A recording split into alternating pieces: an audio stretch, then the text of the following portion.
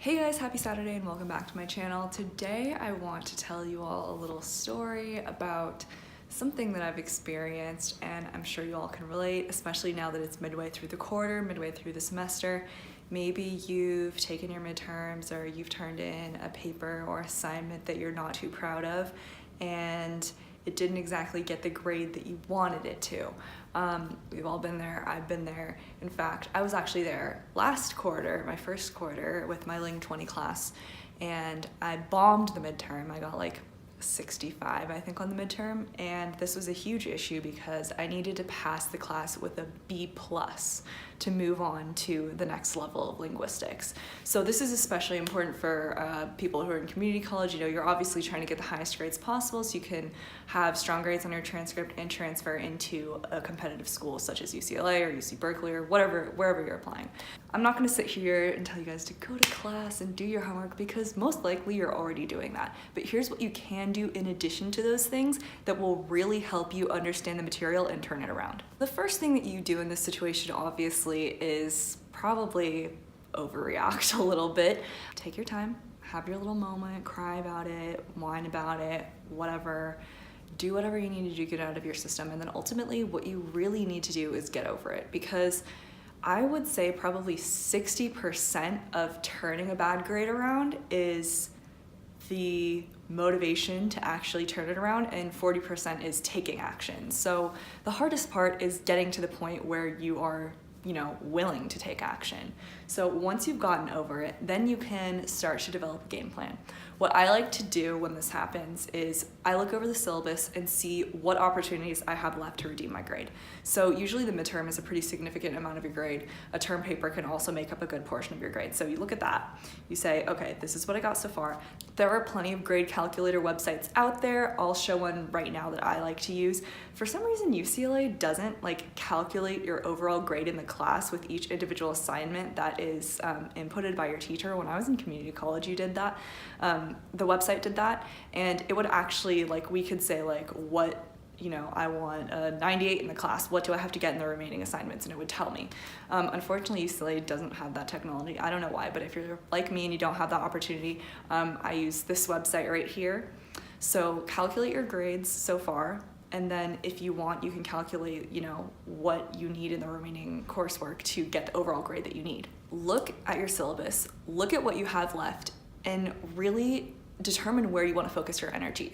The next step is to get real with yourself. Have you been as diligent as you're telling yourself you are?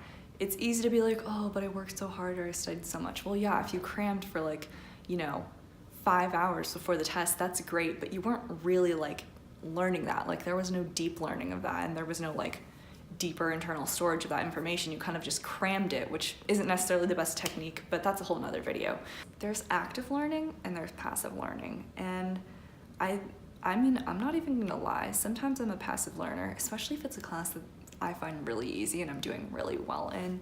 Maybe you're skimming the readings, maybe you're just putting in minimal effort into the discussion post or the homework or whatever, you still get an A. But are you really understanding the material? And I think when it comes down to assignments like this, midterms or term papers or whatever, something that actually accounts for a very big percentage of your grade, that's when it really shows whether you know your stuff or not. So you need to be serious with yourself. Are you giving the respect to the class that it deserves? Because if you don't respect the class, if you don't respect the material, if you don't respect the homework and the assignments that your teacher is giving you, you're probably not going to do very well. So this is the time now more than ever to get serious with yourself and give your full effort on the homework, spend extra time studying. Even if it's just 1 hour a week, that can make a huge difference. Honestly, the best piece of advice that I can give you guys is to speak with your teacher or TA or whoever it is and discuss what you need to do to get a better grade in this class and to bring yourself up from that bad assignment. So the number one thing is to discuss the correct answers with them on the assignment that you did poorly on. So go over with them obviously what you got wrong. Sometimes they will, if they give you an answer key, that's great and all, but if there are certain concepts that you're really confused about, it would be great if you could sit there and ask them for explanations. And they're there for a reason. They want to teach you. Obviously, that's why they're teachers. That's why they're professors. So, make them do their work, make them help you. They want to help you anyway, but you need to take the initiative. No one's going to hand you your test and say, I'm sorry, you got an F. Come see me, I really want to help you. You're in college. At this point, you're an adult. You need to do that yourself. Okay, so obviously that helps you because one, you're trying to relearn the material, but two, the other way that it helps you is that it shows your teacher that you're actually committed to doing better in the class. This is such a better alternative than coming to them the last week of class, crying about having a bad grade in the class and saying like, oh, what can I do for extra credit? I'll get into extra credit in a minute, but it's showing so much more determination, and it's showing that you're actually invested in what you're learning. They will appreciate that because, especially in community college, office hours just go unused. Like, no one ever goes to office hours. I went to office hours like one time in community college. At UC, I go to office hours like every week. So you're gonna have to get used to that anyway. You might as well start now. If the teacher personally knows you, they will be more motivated to help you. Maybe they'll even be more motivated to round up your grade if you're kind of on the borderline. So those are some of the benefits of getting to know them. The other thing is that if you have extra credit opportunities, oh my God, take advantage of them. I pretty much always take advantage of extra credit opportunities because they really can make a difference on your grade, especially if you have a borderline grade at the end of the quarter or semester. So, I mean, ideally you want to do these even if you have a good grade in the class because, you know, you have the chance to get over 100% in the class. But especially if you're struggling, this can save you if you're not doing so hot on the assignments or if there's a test that you don't do so well on, which is obviously the situation that you're in if you're watching this video. Usually the extra credit assignments are super easy, super simple, maybe like writing a little report or something like that. Usually they're not too involved. And usually they're also listed on the syllabus. So before you go to your teacher and say like, hey, is there any way that I can earn extra credit? Double check your syllabus and see if there's any extra credit opportunities listed on there. If there aren't any listed on the syllabus, then go to your professor and ask them if there are any extra credit opportunities that you can take advantage of. Because I mean, I get the impression that teachers aren't really too thrilled when people come to them asking for extra credit. So for me, this is like kind of a last resort. Personally asking for extra credit. In some situations, they may say yes. For the most part, teachers who don't offer extra credit probably won't give you specifically an extra opportunity for that. If there isn't already one presented to the whole class, so just a warning to you guys.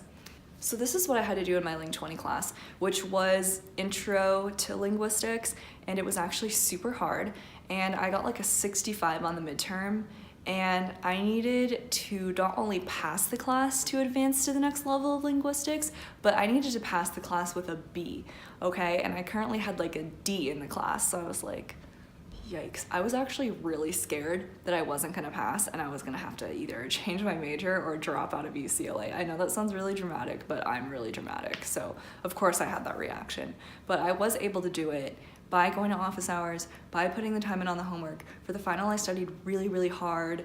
Extra credit opportunities, yes, I took advantage of them. And eventually I was able to turn that grade from a D, not into a B, but a B plus, which is just a few % away from an A. So I was really pleased with myself. I think the main takeaway from this is don't get discouraged. It's very easy to get a bad grade and say, whatever, I guess I'm not very good in this class. And the reality is most people do that. And that's why most people who start weak finish weak. They don't care to put in the effort, but you could be the one who does, and you could be the one who really changes things. And that's what sets apart, honestly, like a real student from someone who's just there. And it's important to realize, especially if you want to transfer, you need to become a real student because it's not going to get any easier. So this is the best chance to exercise your skills, exercise your determination, and show and prove to yourself that you really want this education. I hope this gave you the motivation to turn the situation around. Good luck with everything. I will see you guys next Saturday at 3 p.m. Bye.